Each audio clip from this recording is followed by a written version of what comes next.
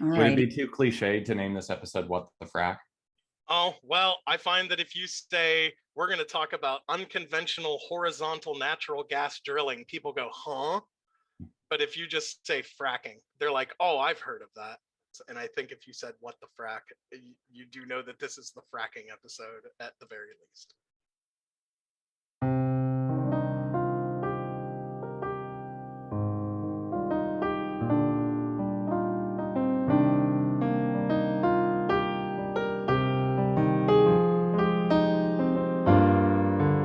I think that just as we're living in a nuclear age, we have grown so tremendously in scientific knowledge.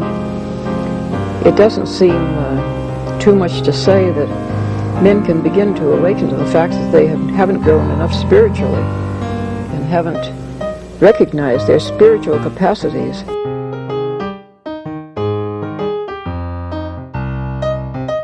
Once something like eating is death, then you've struck at the very heart of life.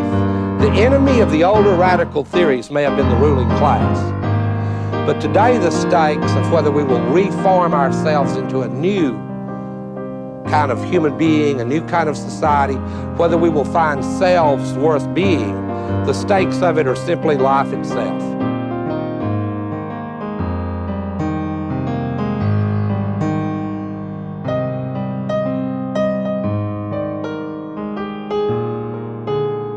As modernity has created promises that it has no ability to keep. What this means is that we're a society of disembedded individuals, stuck in the impossible situation of being alone together. And what was understood as emancipation has proved to be a form of isolation. It is important to understand that what I am telling you is not simply a cultural history. It's a description of the story that shapes every single person that you know. This is why there is a rise in mental illness. It's absolutely concurrent with the disembedding of the individual, because individuals can't constitute themselves by the very nature of the case. Subjectivity cannot sustain its own weight. We need others to tell us. But we've been given an ethical mandate by the Enlightenment that tells us that that's immoral, that nobody should constrain us. Hello there. Lori and I are here with another episode of Dustbowl Diatribes. We're here with Nik Gaffron, and he is here to talk about his fracking experiences. And Lori and I will be talking about how it overlaps with a book we were reading in a book club we're in called Up to Heaven and Down to Hell by Colin Jeromack, which is about fracking in Pennsylvania. So Nik, would you like to introduce yourself and why you're the competent authority for us to be interviewing about fracking? Sure. Living in Pennsylvania, we had started hearing about fracking, and the first rumors of it, I was a construction worker at the time, and people were getting out of my trade because it was a better prospect to go and be paid to get your CDL license and drive trucks for these drilling companies and oil companies.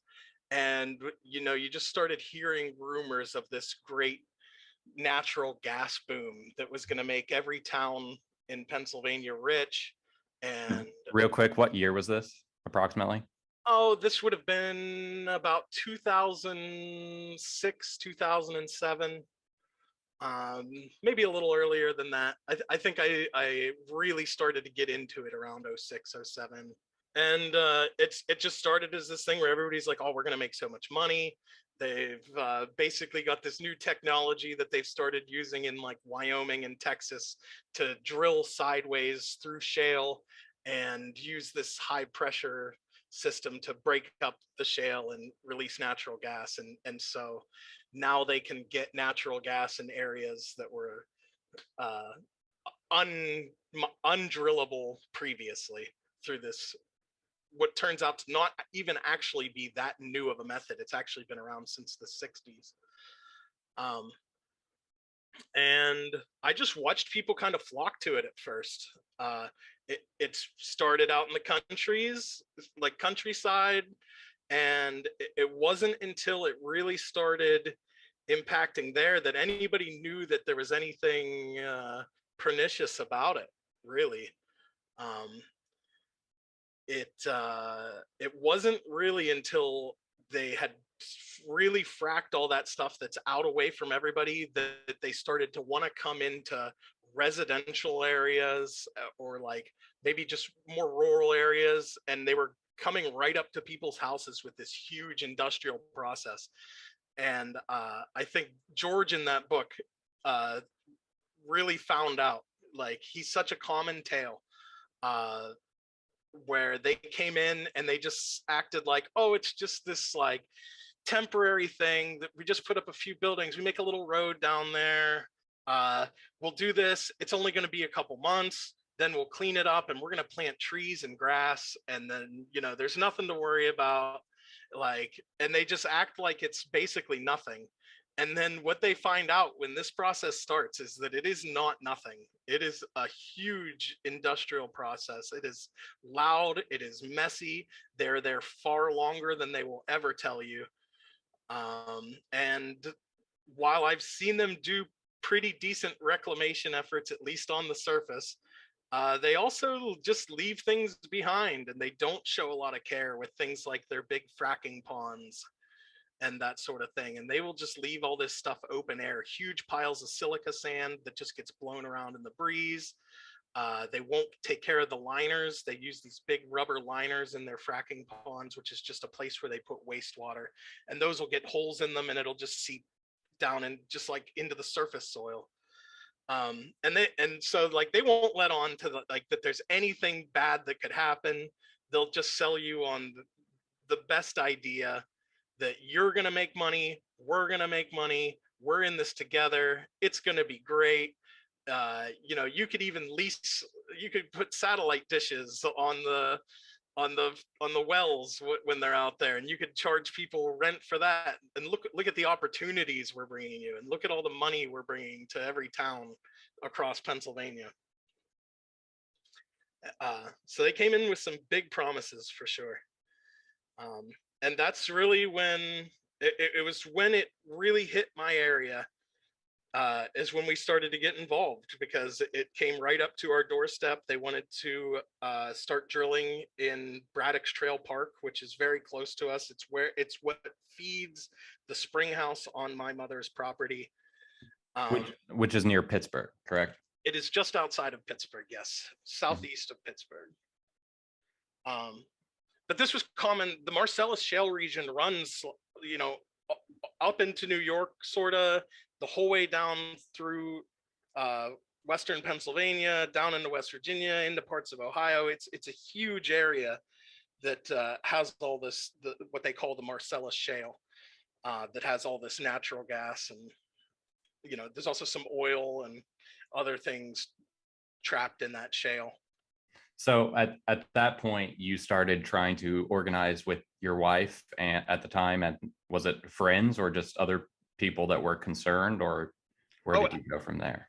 Absolutely. It started with my wife and I, like, immediately, like, this was a place that we would go up and we would have picnics up at the waterfall up there.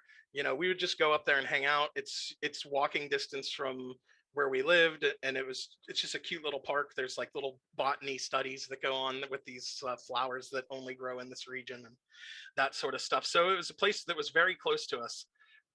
And a friend of mine, Travis Kerr, has property that connects to it as well. And so when we started talking about it, it was like, oh, like, you know, we can't just like let them do that in our backyard, because like we had already started hearing about horror stories of what all this really is, you know. Which, real quick, what were these horror stories that were coming down the pipe? Oh, well, so you would see everything from people lighting the water in their faucet on fire, you know, and some of that seems fabricated or has been debunked. But the real horror stories that are practical, that you do hear, that are very real, are people's well water. Suddenly they would have huge sodium spikes, become just undrinkable, unusable, especially for farmers who would use this water for their cattle and that sort of thing.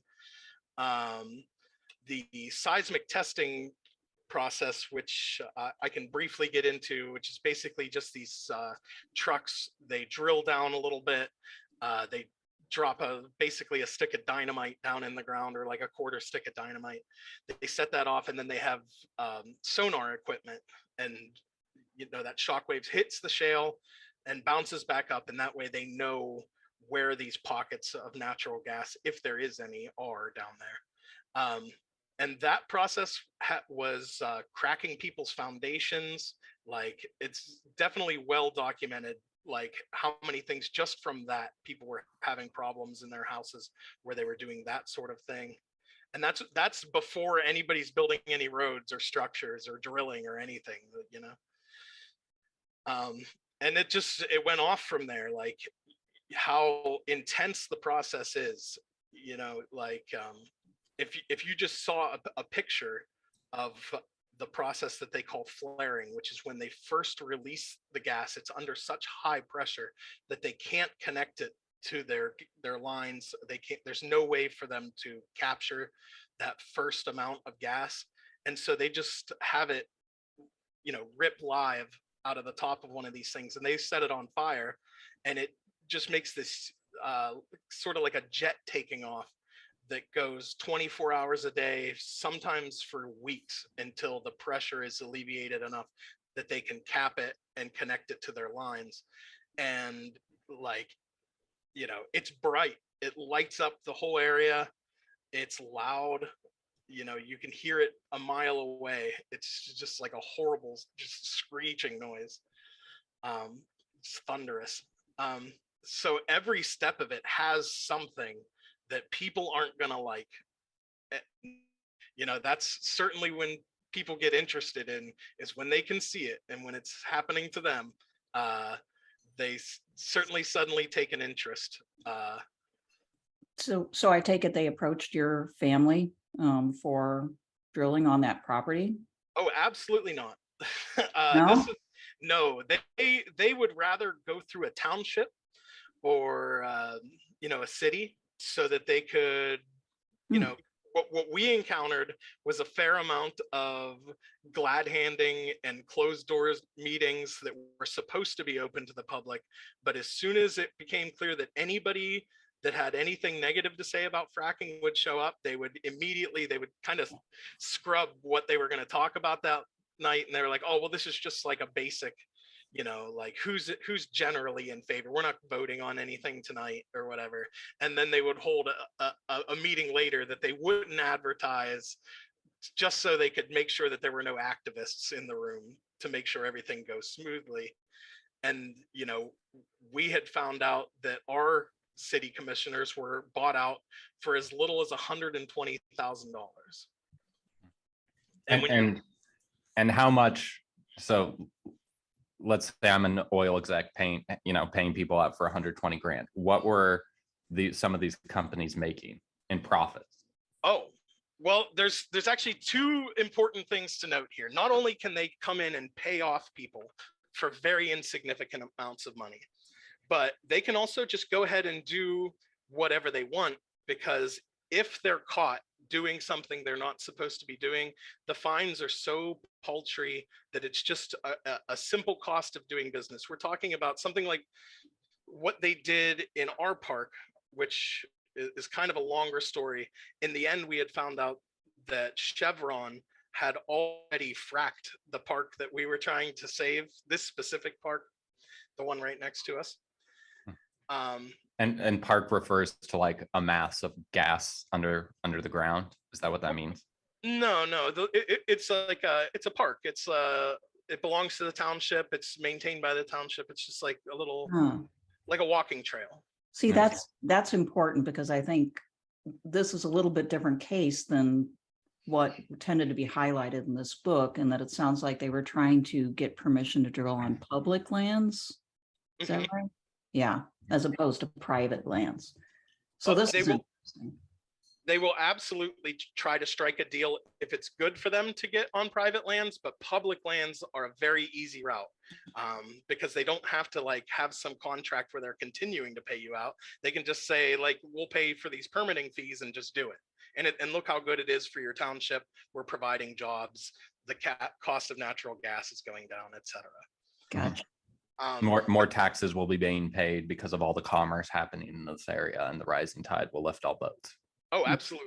That's what they will sell you on. But if you do a little deeper research, you will see that any town that experienced some small boon, like specifically, I can think of a town where there was like a store that sold boots that was just loving it. They were so happy. There was got all these guys were coming in and buying, $600 metatarsal work boots while they were working in that area. And then that just dropped off, and they just went back to being the poor, depressed small town that they were. It was over as fast as it came. And real quick on that subject, I mean, we're gonna return to that topic, but like, how can you be so short-sighted to think that, okay, something good's happening, all of these well-paid contractors are coming through and buying their fancy metatarsal boots? Why would you ever believe this is going to be like a normal thing instead of a boom and then there will be a bust? Like, do you have a sense of what's going through people's heads, if anything, during this process?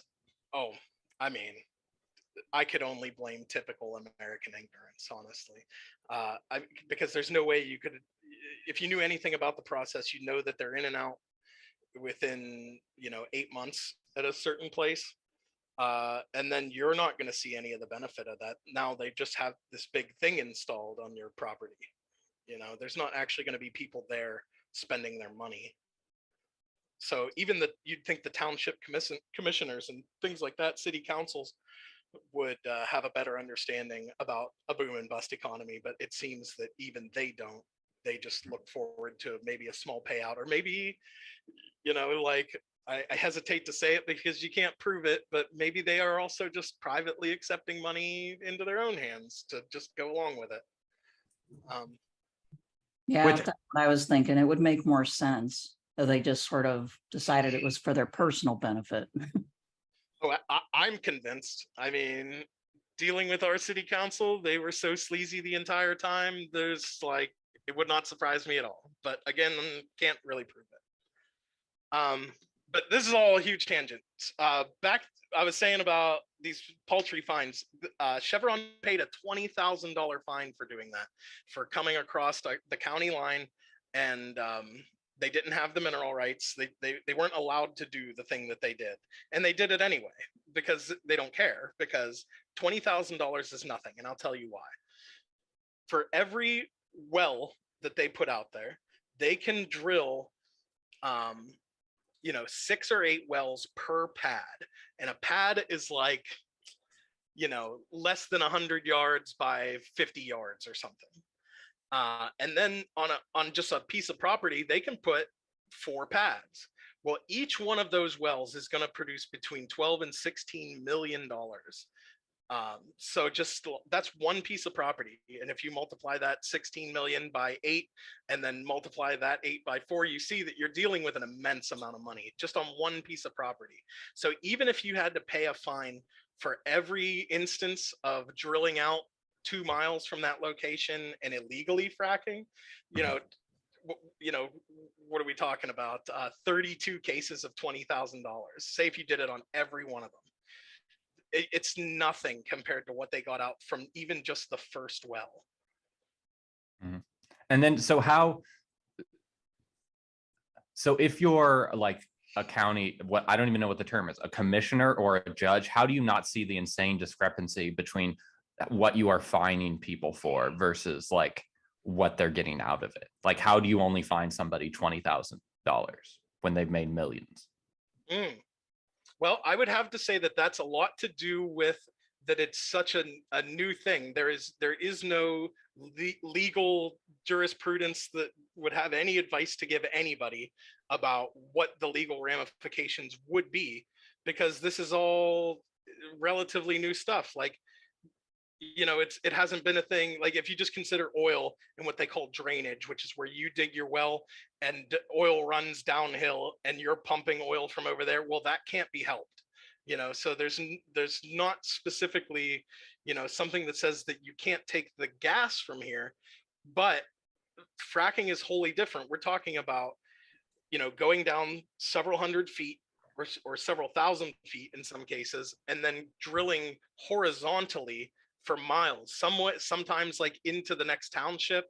Or in this case, it was across a county line. It was in a completely different jurisdiction, and that's not exactly drainage, is it? They're acting to go in that direction to actively get the gas.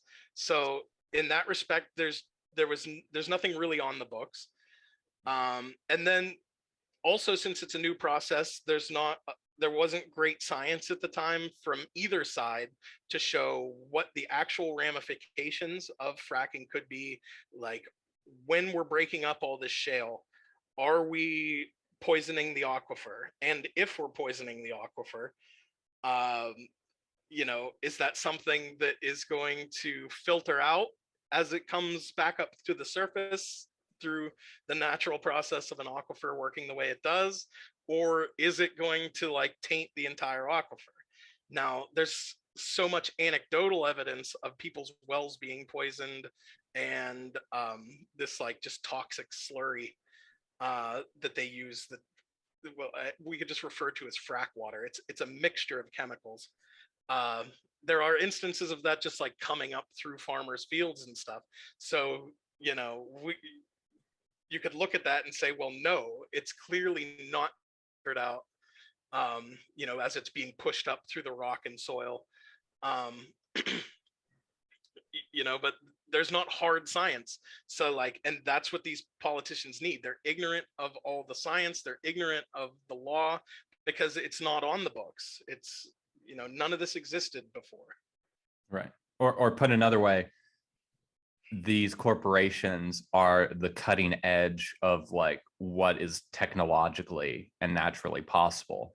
And then you have this huge lag between public and private knowledge of the consequences of what they're doing. Sure.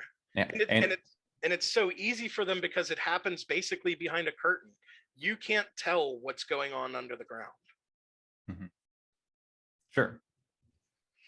Right. And then this is in an economic context where things are already weighted to like, oh, we can make money and we can mine natural resources that will be better for everybody. Like it's hard to argue against it. Oh, absolutely. There were people that were upset at us for spreading the information about the process. And we, in our talks, tried to be as non-biased as we could while still relating the stories, because the only positives you could put out there is like, well, yes, you can sign a contract and you will make some amount of money.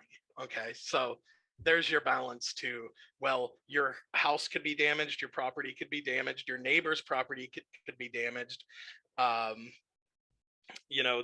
The ecological effects could be completely disastrous. You're going to have to suffer through this process for, at least 6 months, if not up to a year, of everything that goes on. We're talking hundreds of trucks coming past your house every day. Big work crews. We're talking about every one of those wells gets flared for it, sometimes as short as 3 days, but sometimes as long as 3 weeks. And then you've got these huge ponds real briefly, can we park it right there? What you're saying with flaring is that they're literally just burning gas. Yes. Yeah. And there are therefore huge carbon emissions consequent to that. Oh, absolutely. And not just that, because what else is under the ground? We're also talking about that there's oil down there, and that's more carcinogens. This is like crude oil. There's radioactive elements underground that come up with that as well. And I'm not a radiologist, but I think when you burn some of these things, you're just putting that out into the air as well, or you're at least bringing it up to the surface, and it belongs under the ground. Just before we move on, you'd stated like early on that the technology had been around since the 60s. So I just kind of want to get a bead on when it really started getting used, because you're also referring to it and it's kind of characterized as something fairly new. So when I say it was invented a long time ago, it is something that they have been aware of, but it hasn't been practical until modern technology has allowed them to be able to go down and then make a hard angle like that. It's a 90-degree angle at the bottom of that well to then go horizontally across. And it's something that they would have tried to do in certain circumstances, but it would have been very niche from the 60s up into the 90s. And it wasn't until newer equipment was invented that allowed them to go straight down and then turn a hard 90 and do that horizontal. And then companies capitalizing on that, realizing that they could use this high pressure system to break up the shale underground. It wasn't until then that fracking really took off. And I would say that that was in the early 2000s. I mean, it probably did start to some degree in the 90s, but I would say it really took off in the early 2000s. Okay, so there hasn't been a lot of time for science to develop to even try to figure out what harms come from it. And then you have the impact of the oil and gas industry paying for a lot of that research through universities, and it's no wonder there's not a whole lot of like credible information about the effects of it all. Oh, absolutely. We actually ran into a lawyer that said that he was very familiar with fracking. And then it turned out that he was very pro fracking because he was paid to be pro fracking. He didn't clearly understand what the process was anyway, but he was also completely ignorant that any environmental impact, because to him, in his mind, it's like, oh, it's just another kind of drilling. We've been drilling forever. We're not going to stop drilling. So there was no reason for him to think about it, that it's anything different or that it could harm people or harm the environment. Although again, that has to be mortgaged by a faith that everything's fine and this is basically good. Oh, absolutely. like it's all of it's kind of a back rationalization from that. I would say. Yeah. Well, and to what extent, I mean, to play devil's advocate, to what extent was your anti-fracking group a cabal of leftist environmentalists, would you say? With your own contrary agenda? Get into that. So I would say that it started very altruistic and well-intentioned. It was just a couple of us. We were all friends, and we thought, well, we don't know enough about that. Like, we started researching it and talking to people and going to frack sites and watching what happens, and just started gaining some very intimate knowledge of it. And we started to hear all these stories, and from our perspective, we're like, well, we definitely don't want this to happen here, and we don't want this to happen anywhere. So we better start partnering with people. And so we did. We partnered with the Westmoreland Watershed Association, who had already started their own anti-fracking campaign. And we would just kind of connect with other groups. And we're like, well, we still need to focus on saving our park here. We don't want them to frack in our backyard. And so we just kind of started reaching out to people through various means. Travis's mom's a school teacher, so she knows a lot of people, and we just started kind of branching out. And kind of the next thing we knew, we had maybe like 12 to 16 people who were interested. Maybe if even they didn't know a lot about fracking, they knew that it wasn't bad, or they just care about the environment, and they were well-intentioned enough to like want to come and see what could be done. And I would say that we started pretty strong. And real quick, was one of those people like George Soros, and did he have an agenda to undermine Western civilization and American capitalism? Because I don't know. These were middle-aged soccer mom types, by and large. Okay. So you went off with your motley crew.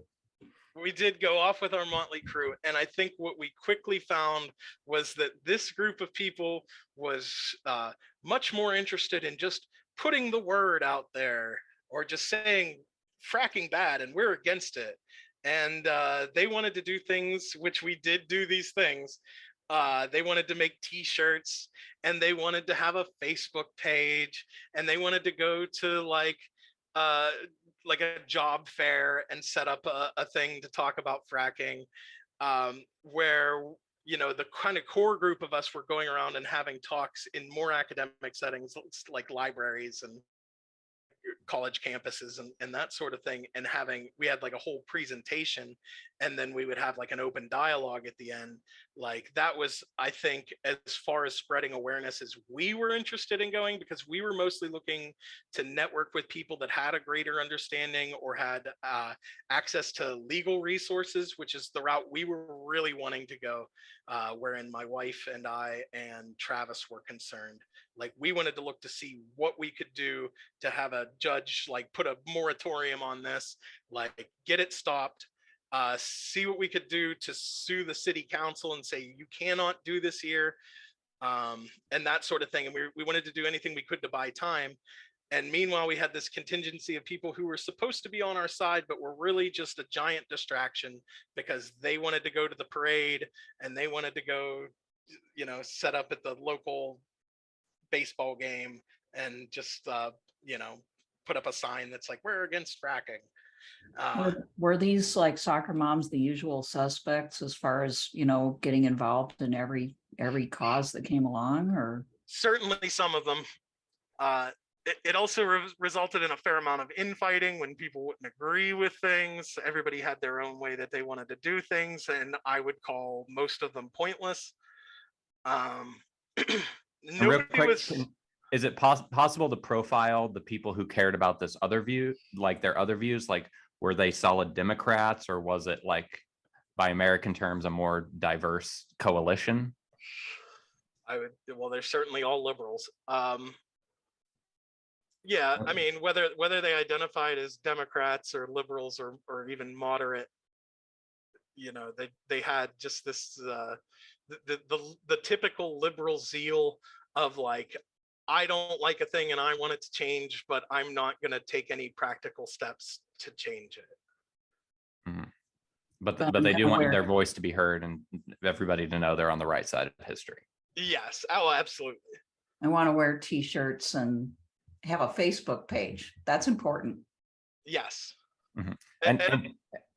And real quick, do they have any like sort of sense of irony about their position, or like the likely futility of all this, or have they really drank the Kool-Aid? I sincerely doubt it. I think that they probably have gone on to say like, oh, I stood up against fracking, like, and just continue to kind of just revel in this nice thing that they had done. So how long did it take for you to kind of get thoroughly like disappointed with that? I was willing to keep fighting the good fight, but the news that the company that was doing the drilling was a company called Huntley and Huntley. When they started doing their seismic testing to see where they would want to place their pads, they had discovered that it had already all been completely drained. And that's when they found that it had been drained by Chevron from the other side of the Youghiogheny River. I'd say at that moment, my ex-wife was so heartbroken that she didn't want to live in Pennsylvania anymore. She felt like, we were the only people that cared. We were the only people that really tried to push this thing and not be distracted by these stupid going to fairs and running a Facebook page. And honestly, she was the only one that was willing to go to a fracking site and just yell at these people and give them shit about the thing that they're doing. Like, do you not realize that you people are criminals and you're destroying the world, kind of stuff? Which, I mean, there's an element of futility to that as well. But I think there's more to making the people that are doing the thing feel bad and perhaps quit their job than there is to say like, oh, look how nice we're being. At that point, it was like, I want to move as far away from here as we possibly could. So we moved to Portland, Oregon. Oh, wow. Mm-hmm. That's the other end. Wow. Yes. Lights were put off. And would you say, was then there a further irony that some of your natural gas use in Portland probably flowed from Pennsylvania? Well, over the years, it is hard to say. There's a fair amount of fracking going on all over the country. Mm-hmm. The reason it was such a hot button issue in Pennsylvania is because Pennsylvania is very much a place where one small town connects to the next. So after they had done all the state lands, after they had done all the township lands, they wanted to come into private lands and come right up to people's houses with this. So that's why it gained the notoriety it gained in Pennsylvania, because they're still doing fracking in Wyoming, Montana, Texas. I mean, I imagine in every state there's some level of fracking going on. So that's kind of like maybe the subtext of that book by Jeromack is, you know, the first step was undermining everybody by doing that on the public lands first, and then they start encroaching on the private lands. That's a piece that he didn't really, I don't think he dwelled on that very much, but that makes sense. Because once the public lands go, then it becomes, well, you've that much harder to say no, right? Because they've already messed up your precious, you know, parks and rivers and everything. Sure. If they had done it in the opposite direction, you know, if they'd have come up into people's backyards first and got a lot of people pissed off, then there would be a lot more people saying like, well, I don't want you doing that over on state game lands 92. You know, you came and did this horrible thing in my backyard. I don't want you doing it somewhere else. You know, there would certainly, I wouldn't say everybody, but certainly there would be more people interested in fighting the process as a whole. Yeah, that makes sense. Do you know what that park looked like now? What does it look like? Braddock's Trail? Yeah. Well, I mean, visibly, you don't see a lot on the surface, honestly. That's part of the problem is, you know, what you see looks no different. Unless you're specifically looking for the evidence of fracking, you can't see it with your eyes. So still kind of looks the same, honestly. Now, if you go and test the water around there, you'll see that it is perhaps unusable in parts, but it is perhaps still usable in other places, which they'll point to and say like, look, we didn't mess anything up because like this is still clean water over here. And would you say so there the effects are more like occult and hidden? Can you see effects like at the communal or like health level? Like is the community more contentious because of how the fracking handled, or like did cancer rates go up or anything like that? Well, I'd say the social effects that are left behind are that towns are realizing they've been duped. Anybody that was excited about all this money they were going to make realizes that work was just temporary. Those people have all gone back, and probably to not even positions in some cases that paid as well or were as desirable as what they had before, because now they've got to restart their career. Or maybe they've moved on and used that CDL to get a better job, maybe in some cases. So maybe there have been people that benefited, but I would say for the most part, like that little bit of money has certainly all ran dry by now, as like the wells they're all already there. You know, there's still new fracking going on in Pennsylvania, but not like it was. Like they've really hit it hard. They got everything that they wanted to get. It's connected to their pipelines or it's trucked out, as the case may be, and it's all set up already, and they're done and gone, and we are in the bust. So sort of socially, I'm sure, socially and economically, you would see the effects left behind today. As far as health concerns, I imagine that you're going to be able to point to a graph, you know, within the next few years, even of, you know, certainly cancer rates spiking. Anybody that lived near to this stuff, it's not new knowledge that fine particles such as this silica sand that they use is like a highly powerful carcinogen. And they would truck this stuff in, they'd put it in big piles, and you could just watch it blowing across people's houses. So you will absolutely see a level of increased lung cancer. You know, it remains to be seen now, but I think we're looking at it. Sure. Which we blew past this, but could you clarify, like, I don't think people understand how fracking uses tons and tons of water. So the gist of the process of fracking is first you'll have all this bureaucracy where people come in and they make their deals and they get their permits and they sign their contracts. And then once a contract is signed, and let's just say it's somebody like George, and you know, a salesman came up, knocked on his door and said, "Hey, boy, you've got a perfect piece of land here for this unconventional hydraulic, horizontal, natural gas drilling." And they'd be like, "Oh, what's that?" They're like, "Oh, we call it fracking." You're like, "Oh, I've heard of fracking." And and they would say, they would tell you all the money you're going to make, and they would tell you like the gist of the process, like, "Oh yeah, we're going to come, we're going to put a little road back here, there's going to be a few temporary buildings while we do the drilling, you know, we'll pour our pads, we're going to do the drilling." They will always leave out things like the storage ponds. They will always leave out things like the big piles of silica. They'll leave out anything that sounds bad, is what we encountered time and time again. And real quick, like, what is a storage pond? Well, I'll get to that. Okay. So what they'll do is first they'll come in and they have these big thumper trucks is what they are. And these trucks kind of thump the ground, and that tells them about where the shale formations are. And then they will move on to a little bit more heavy duty of a seismic testing, where they will drill down, they will drop a quarter stick of dynamite down in there, it'll blow up, and then they'll see where these pockets are, and that's what they want to aim for, is being close to as many pockets as they can when they drill horizontally into the shale.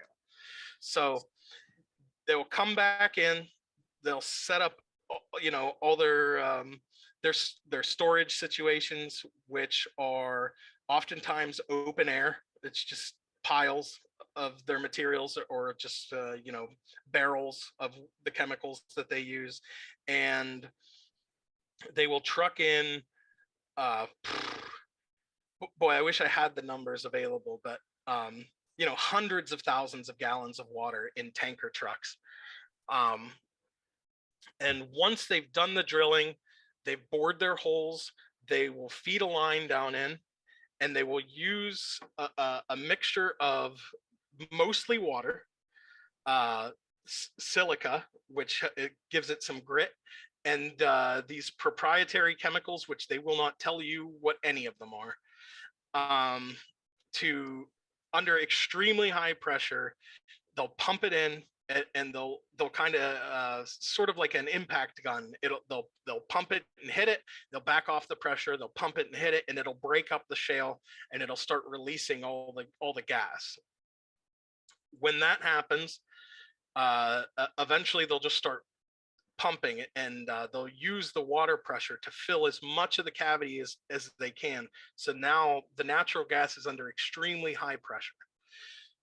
The gas will come back up the line, and it'll come out like a tower that probably stands about 50 to 60 feet in the air, and it will just erupt natural gas along with anything else that's under there. You know, the water will come out, and it will get pumped to these big frack water storage ponds, which some of them are pretty huge. If they have the space, they'll do one large one. If they don't, they'll split it up. They have about a 2-inch thick rubber mat that goes down. They'll just dig out like a temporary pond. They'll line it with this rubber mat, and they will just dump this polluted frack water onto the surface on top of this rubber mat into this pond. As the gas starts coming out, the way it's dealt with is, again, it's under such high pressure that they'll have to light it on fire, and they will burn it for days to weeks. And they will repeat that process 8 times per pad, and on as many pads as they have space for back in the area where they're doing the bulk of the work. Mm-hmm. And in that time, and just to help people picture, so a pad is basically like an entryway into the earth where they can branch out in multiple areas to try, and it's kind of like an underground launching pad. Is that what you mean? Yes, absolutely. It is like a launching pad. It's you know, it's where the machinery will be set up and bolted to the ground, because we're talking about huge pumps. You know, these pumps with these giant fan motors on them, and they also are just loud. Every bit of this process is just chaos. Like, if you're near it, it's worse than any construction site you can imagine. It sounds like some shit out of Fern Gully or Avatar or something like that. Oh, it's intense. I mean, so you're not going to see this black smoke because natural gas burns clean. You'll see little puffs of black smoke as things like crude oil come up. But for the most part, it burns pretty clean. So it just, like, if you saw it from a distance, you'd be like, oh, look at that. The beautiful fire of American industry doing good for all of us, you know? But when you're right up next to it, it sounds like a massive flamethrower. And just lights up the whole area. And so they keep that plume going for several days until what? Until like the pressure goes down far enough that they can kind of put a cap on it and then start controlling it and pumping it out, right? Yes, that is correct. They need to get as much of the liquid out of there as they can in that time, and get it to where now they've just got this big reservoir of natural gas, and they can siphon it off in a controlled manner, because it's under extremely high pressure. Like, you know, imagine what it must take to break rocks, you know? Yeah, right. Oh, thank you. And then from there, it goes into pipes that then go into, I would assume, sort of like centralized areas where they can then further truck the gas or pipe it off. Is that right? Sometimes, especially if it's a bigger operation, they will go through the trouble of running pipes out.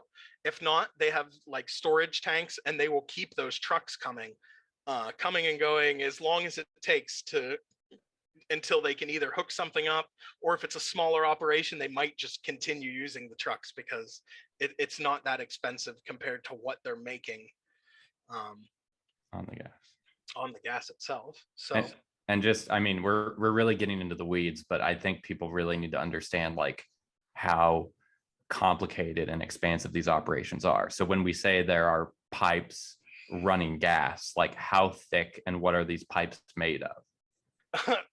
Well, it depends. If a company like Chevron will definitely go through the trouble of hiding its pipes as best it can. Okay. A smaller company because they don't want people having an uprising. You know, they don't want people saying anything. They don't want people like your ex not being moderated by you. Is that what you're saying? Absolutely. Allegedly? They want to be out of sight and out of mind. But smaller companies will run like about a 6-inch steel pipe, and you know, they'll often do that next to train tracks or rivers or like places where you don't see them. They're already kind of clear cut. It makes it real easy to just you know, whenever they hit a road or they have to go over the train tracks, they can just go straight up over as high as they need and come back down and keep running their pipe, and still kind of keep it out of view. And then like all it takes then is just a relationship with, you know, whoever owns the clear cut for the power line that's there, the clear cut for the railroad or whatever it is. You know, they just have to make one contract there. So they'll tend to run the pipes in those areas. But at a certain point, they will have to bring it up to where it's at. And if that's in like a semi-rural or residential area, like you will see these gigantic pipes doing what they do. They are highly visible. They do have things like relief valves on them. So if things get a little high pressure, you will smell natural gas coming out of those relief valves. Yeah, they're just sitting there highly visible. You know, they paint them once, but after the paint wears off, when you kind of see older gas lines, I'm not sure if you've ever been out and about and just seen surface gas lines. Like eventually they start to rust and they break down, and things happen. Sure. But so what this means is to support even doing this, there are steel plants like making steel out of iron and whatever else it's made out of. And you have all of these plants pumping out giant pumps so that they can be moved to Pennsylvania just to siphon off this gas.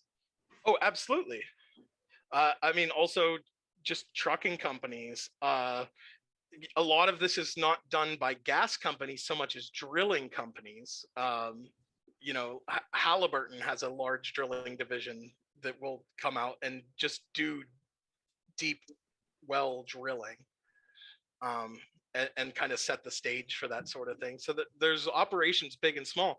Like I said, in my hometown, it was a company no one had ever heard of called Huntley and Huntley. And they were just, you know, contractors. They would subcontract out all the drilling. They would subcontract out the extraction. You know, everybody involved in this was a subcontractor if you were working through them. You know, maybe an outfit like Chevron probably worked a little bit different. They probably had more processes in-house. But there was, you know, lots of different ways to approach this. It wasn't just gas companies. It was also drilling companies have a large interest in this. Okay, So is the spoiler alert that the moms at the parades didn't stop the fracking? Oh yes, the parades did nothing. I would say nobody. I mean, much like you and I have found in the world of nonprofit community organization and farming, Spencer, you would not be surprised to know that no matter how much information you could give a crowd of people, most of them would not be, even if they were sympathetic, not be joining your cause. so like, were there any large organizations like Sierra Club or something like that that were looking to spend money on legal assistance for people like you, citizens like you, that wanted to look into like legal angles, like lawsuits? Was anybody like offering? And the largest group that offered to do anything with us, which helped us split the cost when we started talks with a lawyer to try to get an injunction, which ended up not happening because we had found out that we had already lost. They drank your milkshake. They drank our milkshake, yes. You know, like, was that Westmoreland watershed. You know, they had been in operation for a long time. Like, fracking wasn't their only concern, but you know, they were the only ones that had any sort of like good connections for lawyers. The lawyer that we got was through them, and they helped us pay some of the starting costs until the point where we were forced to give up. Not that, I mean, I don't know anything about Westmoreland Watershed Association, but just by the name, I'm guessing it's not a huge like national charity. It's a regional thing, right? Correct. Yeah. And I'm just wondering why some of these environmental groups aren't or weren't involved in that. It seems like a very practical way to proceed for citizens. You would think there would be more organized, like money raising for legal help. Yeah, you know, I would certainly agree with you. I sure wish there was. And honestly, I felt like everything was always happening so fast that the gas companies had such great leverage. They were always a step ahead to begin with, and that it was happening at such a great speed that there was no way, everybody's heads were spinning. There was no way anybody could organize fast enough, because, as you know, organization can be a real slog when everybody's got their own opinions and nobody wants to just come together and remember what the core thing is here. And everybody's got their own little groups, and it was hard to try to bring these people together. Like, you know, we would try to communicate as much as we could, but they'd always like, oh, well, we have our own thing we're dealing with out here. And, you know, maybe somebody would ask for help from us, and we would either do that same thing, or like we'd come and try to show up at their event or whatever, or their town hall meeting, just to like make a presence known, you know, put more butts in the seats, so, you know, for the people that were most organized to be able to stand up and say, like, do you, any of you city council members, understand anything about this process? And time again, what we saw was no. They had no idea what any of it was. They just like, oh, drilling, you need a permit, we'll approve this permit, thanks for the money. Yeah, I think that's really telling that there isn't more really good organized opposition amongst the many groups that are out there, who they're the only ones who have like the organizational ability and money to be able to oppose the corporate money. I mean, other citizens can never do it on their own. These places have far too much political and legal power. So your only hope would be if there was already organizations in place that were like, who wants to sue? We've got lawyers. That's what happens with other causes. Right? Sure. Yeah. I would say a 6 or 7 year blitz of other causes. If we're talking about saving the whales, for example, you have hundreds of years of whaling, and there, eventually people start to get rallied around the cause of saving the whales, right? But with fracking, it was like, first of all, we had to figure out what it is. Like, we're like, okay, so it's drilling. Okay, well, that's doesn't sound great. We're making a mess underground, and it's not until you start figuring out what their processes is, and they're not willing to tell you. Like there was I think only one time where we went and we talked to the guy at the gate, and he had some knowledge about what was going on, and he was just like a friendly guy. He was willing to share some information. I imagine if any of his superiors knew what he had said to us that day, he would have gotten in trouble. Like nobody else was ever forthcoming on a person-to-person level. A lot of what we figured out was through other people who had to go looking into it, or they happened to know somebody that knew about it. Like there wasn't a wealth of information online about it. When we put together our presentations, we had to go take our own pictures. Like we couldn't use stock photos from Google for our PowerPoint presentation. We had to go to fracking sites and take pictures of the frack ponds, of the equipment, of all the damage they would do, of the flaring, of everything, or like maybe flaring was one thing that you could find pictures of because people were enthralled by fire. So all this said, can we talk about chapter 6, indentured George Hagemeyer, all that, and how that reads to you? Because you say you've encountered a lot of Georges in your organizing attempts. Mm-hmm. So like how so I would say chapter 6 is, so my summary of it would be it chronicles primarily this character named George Hagemeyer, who is this guy, doesn't have a lot of money, owns some family land. The fracking company comes around, says it's all going to be easy, and then he finds out there were all these strings attached, and it wasn't quite as simple as they made it appear. And it was really annoying and frustrating to me reading this article, because he's kind of this bipolar character. And one pole of him is he views himself as an individual, a rugged American. He needs to be a steward of his land. He wants to pass it on to his family. But on the other hand, his farm or his rural land, which I think used to be a farm but isn't anymore, doesn't generate much money. And so he's put in this situation where basically, okay, Anadarko was, I believe, the company. Anadarko can come and frack my land, and this is how he imagines, delusionally, I think, that this is how the family legacy is going to be maintained. And what's so annoying to me is he doesn't see the irony that he wants this independent family homestead, but he wants it to be financially sustained by gas revenues by an international energy company.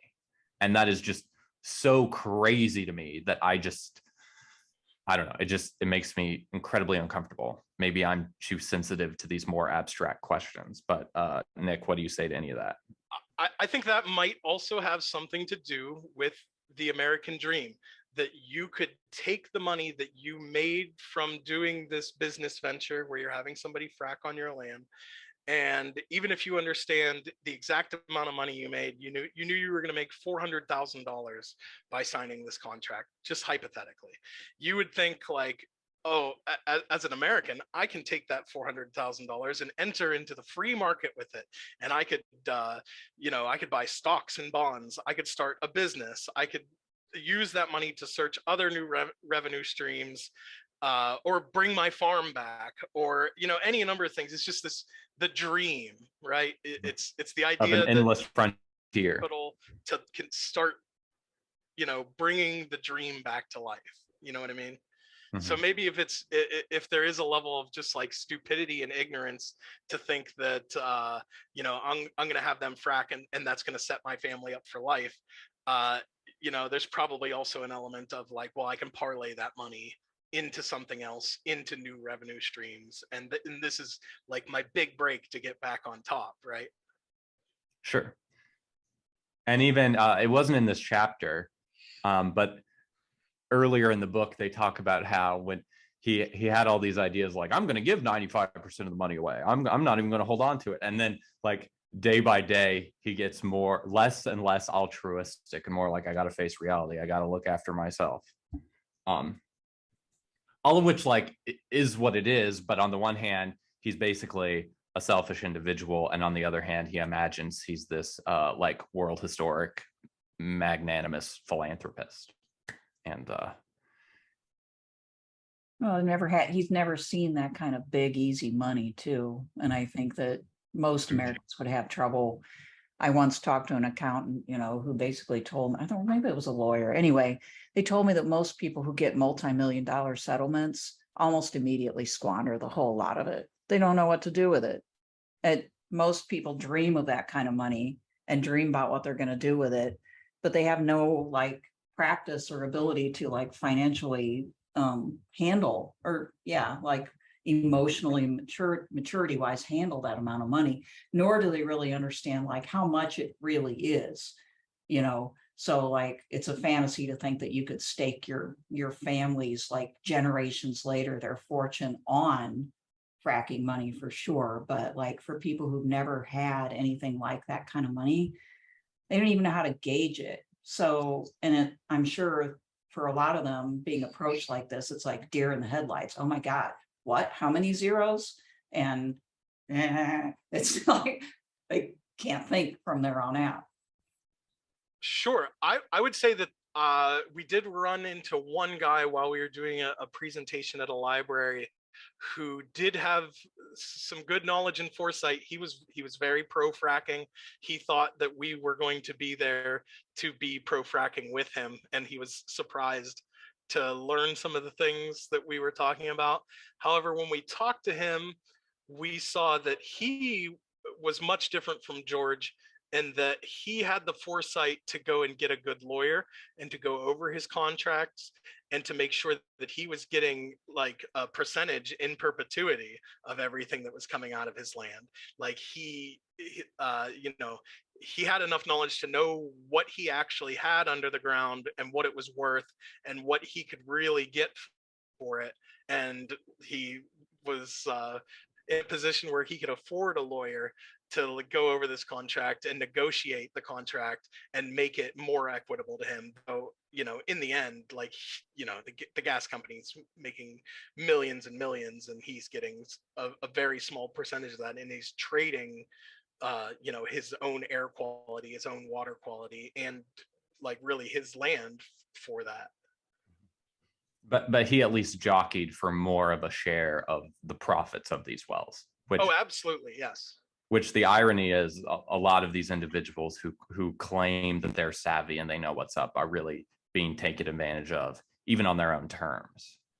Sure.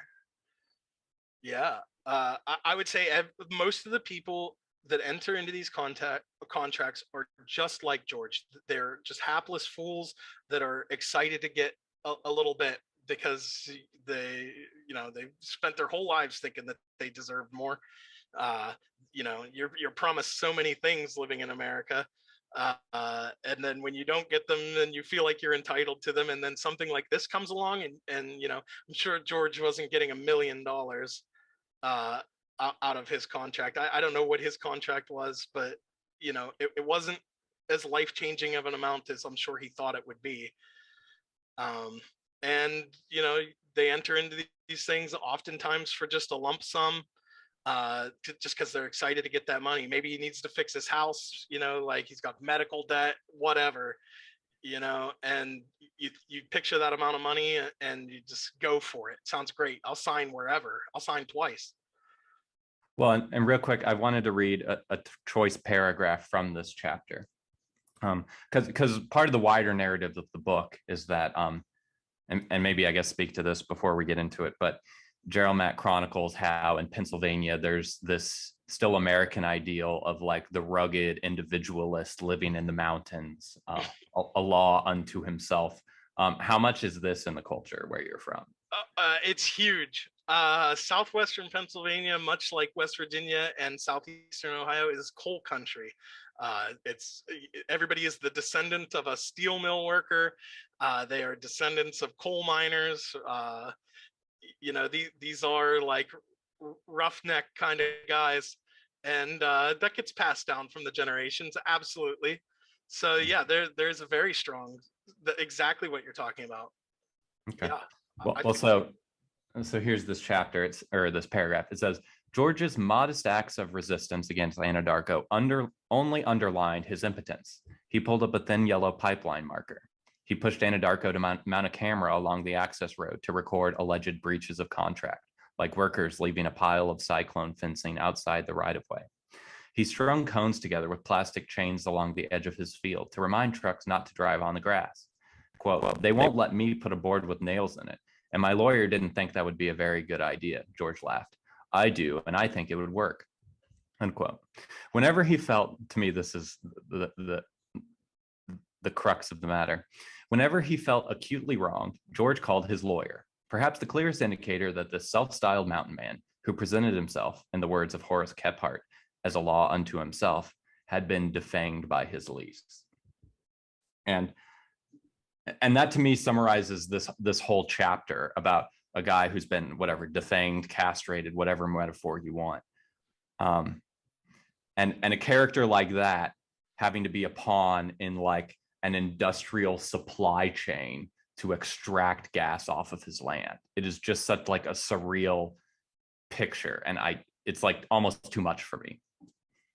That's not really a question. What do you say to that? I just in the words, I could see why you feel that way. Imagine you're standing on George's back porch with him, and there's just this towering inferno and trucks and machinery and just a cacophony.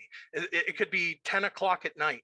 It could be midnight, middle of the night, and you're completely lit up like the sun is out, because 200 yards away from you is a big tower fracking. The real old faithful. A real old faithful. And you're standing next to George, and George is probably about ready to snap. You can probably see the red veins in his eyes. He probably can't sleep at night. Like there's a documentary called The Triple Divide, which is about an area in Pennsylvania known as the Triple Divide. It is an area where 3 aquifers meet, and this feeds just about every river in Western Pennsylvania. And when they fracked at the Triple Divide, they caused a lot of problems. And they go around and they interview a lot of people. I would highly recommend checking it out. Triple Divide, it's called. Definitely will. But before we get off this topic, poll, do you guys feel sorry for George when you're standing there on his back porch, or do you feel contempt for him? I mean, both, I guess. And more. I feel like those are not the two. I guess I feel over that there's this tragic futile feeling that like, and not just sort of like the internal contradictions and pettiness of him as a character, but also this absurd situation he's like a cog in. And then this sense of, does he even understand, or is the nature of being a cog in something like that these characters have less of a comprehensive view as we do? Like, as they're going through it, do they have even the barest idea of what is happening and what the wider implications are? I don't even know. There are just so many feelings coming out of that vision. I don't know. What do you think, Nik? I would say that I also feel a bit of both. I would say that I have some compassion for George. because it's not just his ignorance of what exactly fracking is, and now he's in this sticky situation. He was obviously also ignorant of the greater implication, and I think that just reflects on society as a whole. It's where our education system is, and even though George wasn't specifically taught about environmental impact, like I think the larger problem is he was never taught to think critically or to look at the broader picture, because that's not what our educational system does. So I think George in some ways is a victim, and he's relatable because he's not the only one. George's story is so common.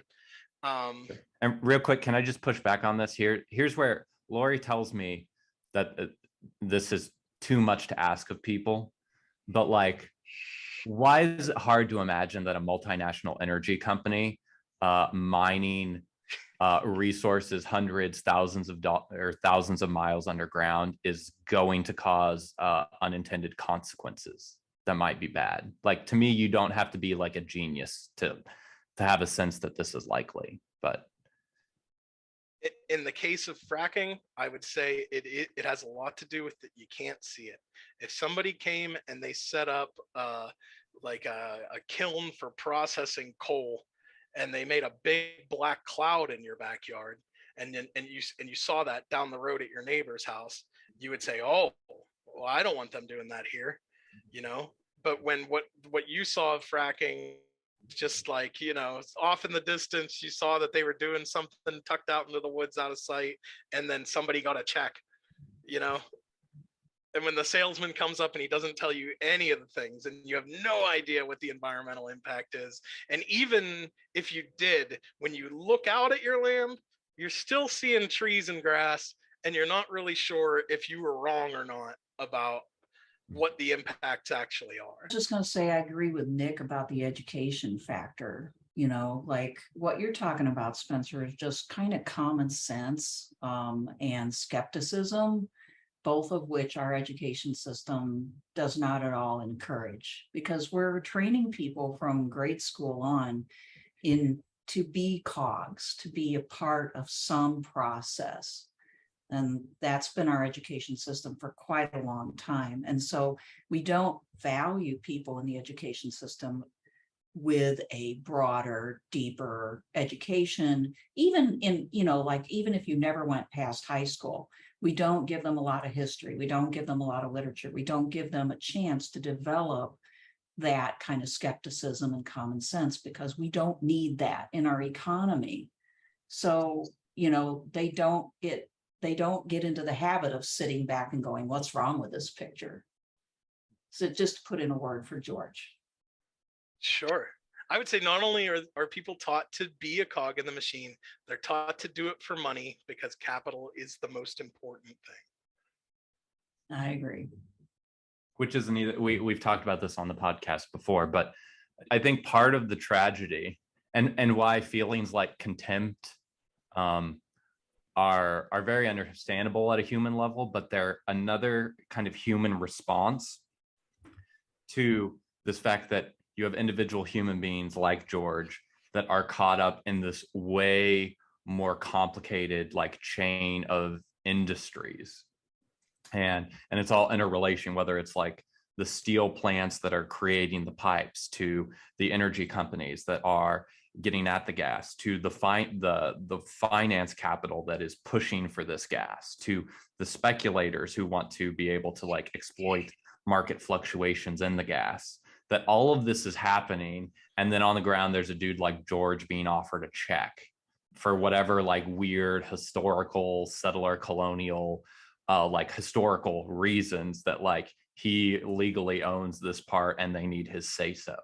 It's like absurd, and you have this little cog who is part of like a superhuman in the sense of like it's just beyond the scope of what he considers understandable or normal.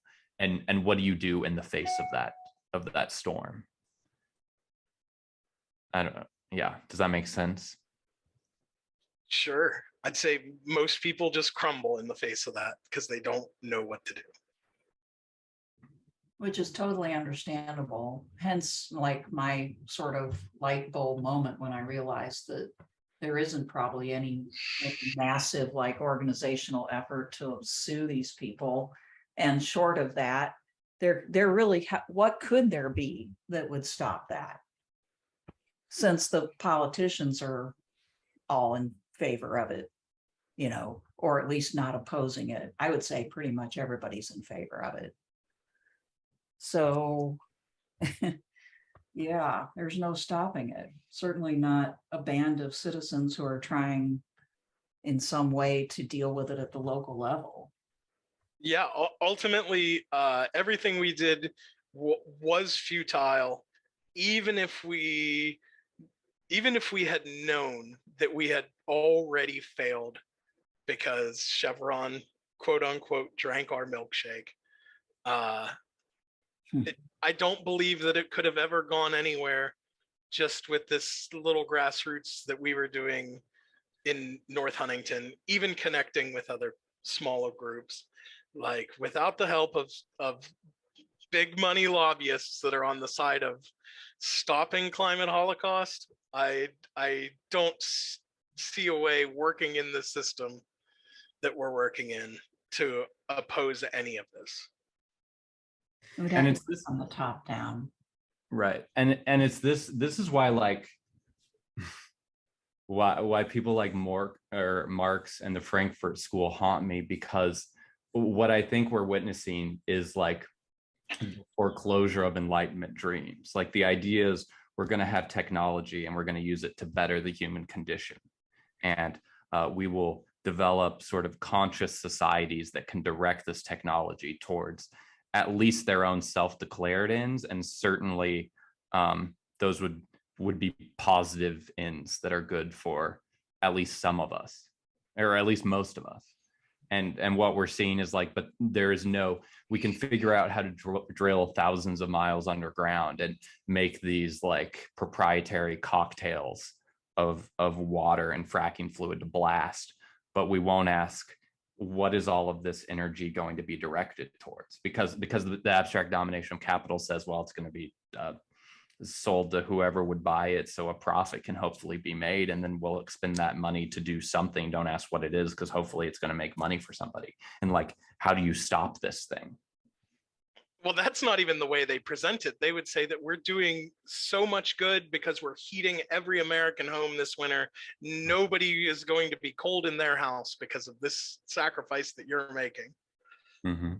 And the sacrifice that the environment ultimately is making. And we're creating jobs, which they are. They're just not necessarily permanent jobs. And then there's the ancillary jobs, supplying them all their stuff, and those are jobs. And a lot of stuff just gets done. And, you know, I mean, from the politicians, that's what they'll tell you is we created, you know, this many hundred or thousands of jobs for our state. That's good too. But so Nik, imagine hypothetically an alternative dimension where the liberal soccer moms who instead of making Facebook groups and going on parades, imagine they were able to relate to their conservative mountaineer rural neighbors. And they were able to explain why actually the fracking is going to cause all of these unintended environmental consequences. And what we really need to do is usher in a kind of a narco-communist permaculture utopia where we will be able to work together to take care of each other in nature instead of just exploit each other so that we can have our houses warmed in the winter. But how do I charge my iPad? Sure. I mean, is that a total and utter utopian pipe dream? Well, I don't think so. I you know, there's a lot of schools of thought there. This is a whole different conversation, I think. But I mean, like, you know, do you think that you know, do you think that if the Bolsheviks knew that steel mills create huge amounts of carbon and that carbon's going to rain back down and it's going to poison the soil, do you think that they would have not gone to Magnitogorsk and, you know, built a whole city out of steel mills? You know, or would the revolution have demanded that they pour themselves into this and build a nation, damn the cost to the environment. Like, you know, you could certainly argue that at that time there was probably very little thought that black smoke would do so much damage to the future, right? But like, had they known, would that have changed anything for them? You know, and like, to talk about these hill people that are out there in the coal mines and everything, you know, they were just doing it. They'd go down in the holes and they would get black lung and they would die at 50. Like, that's what your father did, and that's probably what you're going to do too. And I think they would just reside themselves to that. So maybe it's not that people, I mean, I'm sure that there are plenty of people who do learn from their experiences, but like, when we look at the evidence, we got to say that most people just reside themselves and don't look at the bigger implications, and just want to think that everything's fine and not really challenge any of these things, and just accept whatever consequences come their way. Because I mean, just look at today at large. You know, we got this big garbage patch in the Pacific, and we know that carbon in the atmosphere is killing us, and we're still hemming and hawing about it. You know, we've got 40 years of data, and still there can be no conclusion. So like, it's a tall order for academics. What is the Pennsylvania coal miner's son gonna do?